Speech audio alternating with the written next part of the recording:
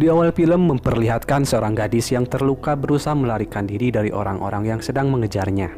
Akan tetapi ia tertangkap lalu dibawa ke sebuah kabin. Di sana ada ayahnya dan juga beberapa orang lainnya. Dari percakapan mereka diketahui bahwa gadis ini telah membunuh ibunya. Dan menurut seorang nenek, hanya dengan cara yang akan dilakukan ini maka jiwa putrinya akan terbebas kembali.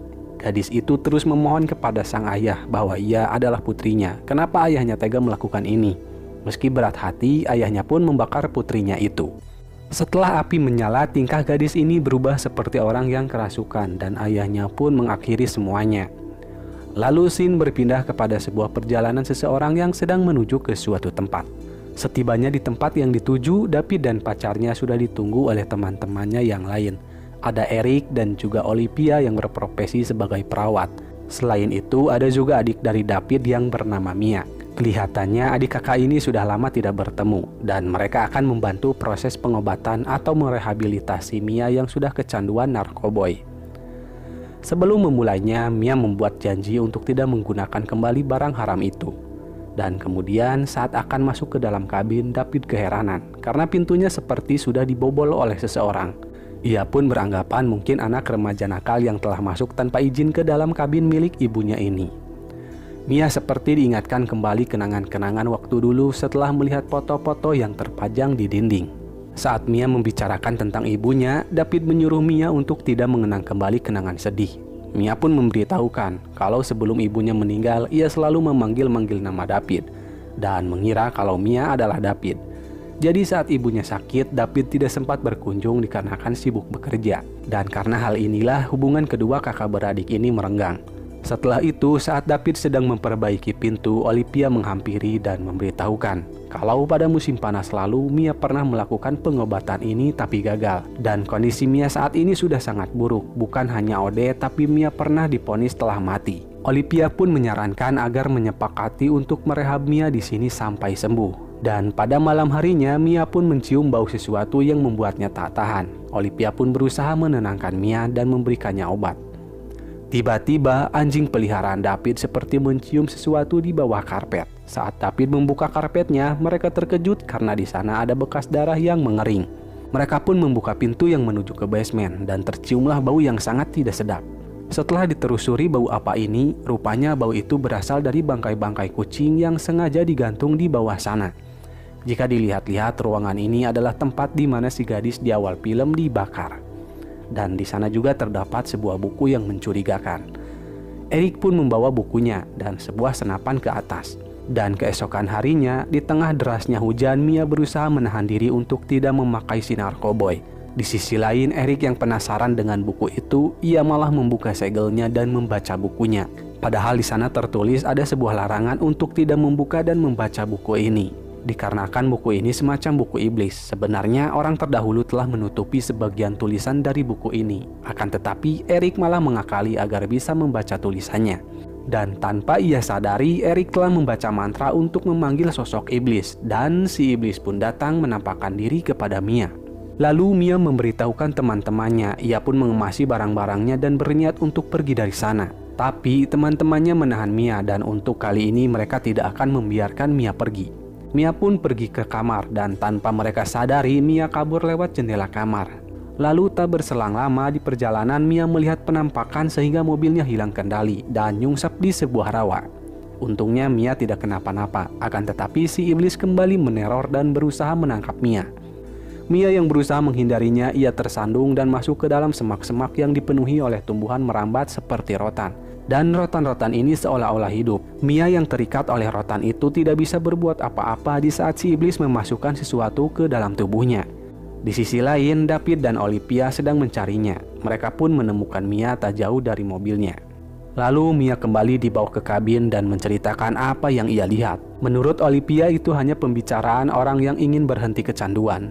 Tapi David dan Natalie berpendapat bagaimana kalau mereka membawa Mia ke rumah sakit. Olivia pun menjelaskan kalau pengobatan yang ia berikan kepada Mia sama persis dengan di rumah sakit.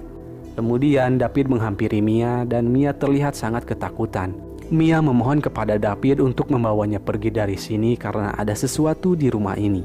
David mengira kalau itu hanya halusinasinya saja. Di sisi lain, Eric yang sedang melihat-lihat buku itu, ia disuruh Olivia untuk membantu David membersihkan bangkai kucing di basement.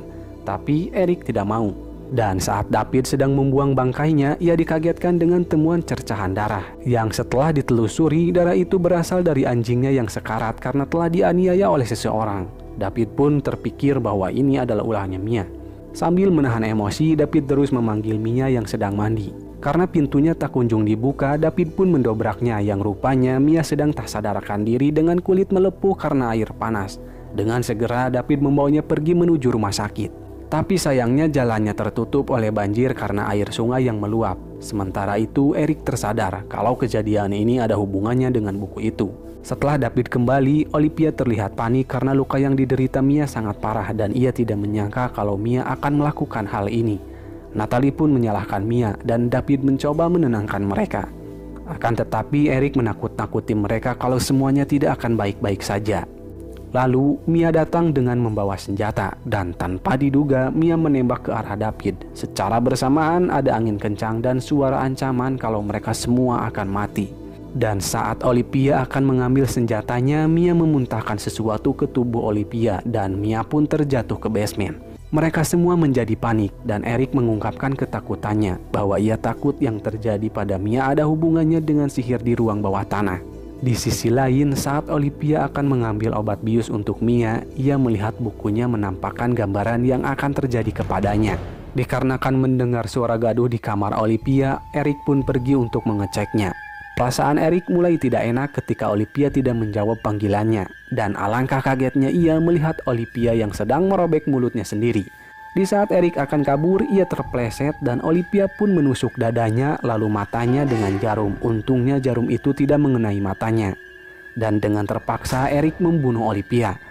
David pun datang dan David membawa Eric ke gudang kemudian mengobati lukanya. Eric memberitahukan kalau yang ia bunuh bukanlah Olivia dan sepertinya dirinya telah membebaskan sesuatu setelah membaca sesuatu dari buku itu. Dikarenakan Eric kehilangan banyak darah, David pun menyuruh Natalie untuk membuatkan air gula. Dengan penuh rasa takut, Natalie mencoba membuatnya. Dan tiba-tiba ada suara yang menggebrak pintu. Pintu ruangan bawah tanah pun terbuka. Natalie yang berniat akan kabur, ia mendengar suara Mia memanggil. Sambil memberanikan diri, Natalie mengeceknya. Dan dengan nada ketakutan, Mia mempertanyakan kenapa mereka mengunci dirinya di bawah sini. Dan tiba-tiba Mia kembali berubah. Natalie pun terperangkap bersamanya. Dan kengerian pun mulai diperlihatkan kembali. Kali ini Mia menjilati mata pisau hingga lidahnya terbelah. Untungnya David datang di saat yang tepat. Mengetahui Mia sudah di luar kendali, David mengunci pintunya rapat-rapat. Setelah itu Eric membakar bukunya, tapi buku itu tidak terbakar. Dan David ingin tahu buku tentang apakah ini. Eric juga tidak mengetahuinya karena abjadnya menggunakan bahasa kuno, tapi ada beberapa coretan tentang terjemahannya yang jika disimpulkan semuanya mengacu kepada iblis yang mengambil jiwa. Yang setelah ia memakan 5 jiwa, langit akan berdarah dan si iblis akan bangkit. Di sisi lain, Natalie mencuci bekas gigitan Mia di tangannya. Dan menurut yang tertulis di buku, cara untuk mengakhiri ini ialah dengan membunuh Mia. Tapi David menentangnya, mungkin Mia seperti ini karena virus dari bangkai kucing. Dan jika hujannya sudah reda serta banjir sudah surut, ia berniat untuk segera pergi dari sini. Lalu, tangan Natalie semakin memburuk dan dirinya mulai dirasuki. Tapi Natalie mencoba melawannya, dan ia mengambil keputusan dengan memotong tangannya yang tergigit. David yang mendengar Natalie, ia menghampirinya. Sambil menenangkan diri, David pun membungkus luka kekasihnya itu. Setelah itu, Eric kembali memberitahukan David, menurut buku ini, orang yang dirasuki harus dibersihkan dengan 3 cara. Yaitu dibakar, dimutilasi, atau dikubur hidup-hidup. David masih ragu dengan buku itu. Bagaimana jika Mia hanya gila seperti almarhumah ibunya, dan ia takut Mia akan berakhir sama dengan sang ibu. Eric pun hanya bisa tertawa. Setelah semua kengerian ini, David masih tidak yakin dengan apa yang terjadi. Dan tiba-tiba Natalie menembaki mereka dengan tembakan paku. Eric menjadi yang paling banyak terkena tembakan, sementara David hanya kakinya saja. David pun mendorong Natalie dan kini David menjadi sasaran amukan kegilaannya. Eric yang mencoba menolong David, ia malah membuat Natalie semakin menggila. Pokoknya adegan demi adegan film ini terlalu ngeri untuk disaksikan mata. Lalu David pun menembak tangan Natalie yang masih utuh. Kemudian Natalie tersadar dan ia pun tewas. Setelah itu David membawa Eric yang kondisinya sudah gak karuan keluar rumah. David menyuruh Eric untuk bertahan, sementara dirinya akan membakar rumah beserta isinya. Setelah Eric menyiramkan bensin dan saat ia akan membakar rumah, ia mendengar Mia menyanyikan lagu Nina Bobo yang sering dinyanyikan oleh ibunya. Dan karena hal itulah ia mengurungkan niatnya. Lalu petir pun menyambar pohon dan David merakit sesuatu. Kemudian ia menggali tanah. Setelah itu David pergi ke ruang bawah tanah. Suasana mencekam kembali terasa dikala barang-barang jatuh tanpa sebab yang pasti. Dan tiba-tiba Mia muncul dari belakang. Dengan gagahnya Mia membontang-banting kakaknya itu. Di saat David hampir tewas, Eric pun datang menghantam Mia dari belakang. Dan lagi-lagi Eric terkena tusukan. Untuk kali ini adalah luka terakhir yang ia dapat dan Eric pun menghembuskan napas terakhirnya. Kemudian David membius Mia dan mengganti pakaiannya lalu menguburnya hidup-hidup. Mia sempat tersadar tapi David tidak akan tertipu. Dan Mia malah bercerita tentang David yang meninggalkan dirinya saat masih kecil bersama ibu mereka yang gila. Mia mempertanyakan kenapa David tidak pernah datang mengunjungi dirinya dan sang ibu. Dengan perasaan gak karuan, David pun menyelesaikan pemakamannya. Setelah itu David membuat pengakuan kalau ia menyesali tidak mengurusi sang ibu dan adiknya. Dan tak berselang lama David kembali menggali kuburannya dan ia mencoba menghentak kembali jantung Mia dengan alat buatannya.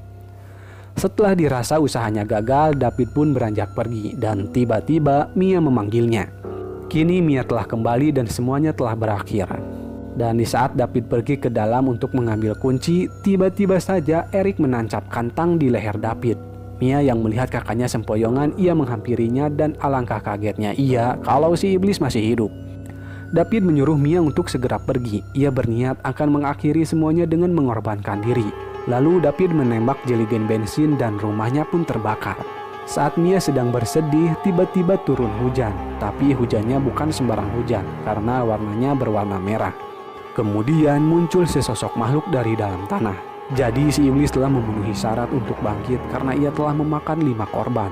Mia terus menghindar dari kejaran si iblis. Mia pun terpojokan di sudut gudang dan untungnya ia bisa meloloskan diri dengan membawa gergaji mesin. Lalu Mia bersembunyi di kolong mobil dan berhasil memotong kaki si iblis. Tapi sayangnya si iblis menjungkirkan mobilnya dan menimpa tangan Mia. Dengan terpaksa Mia mencabut tangannya yang sudah remuk hingga patah. Dan di saat si iblis menghampiri Mia, Mia menjajalkan gergaji mesin ke dalam mulut si iblis dan membelah tubuhnya. Lalu tubuh si iblis pun kembali diserap oleh tanah dan hujan darahnya kembali reda. Di saat bersamaan sinar mentari mulai menyinari dan buku si iblis masih ada dan tetap utuh. Lalu film pun selesai. Bijaklah dalam menyikapi sebuah peristiwa. Sampai jumpa di video selanjutnya. Wassalam.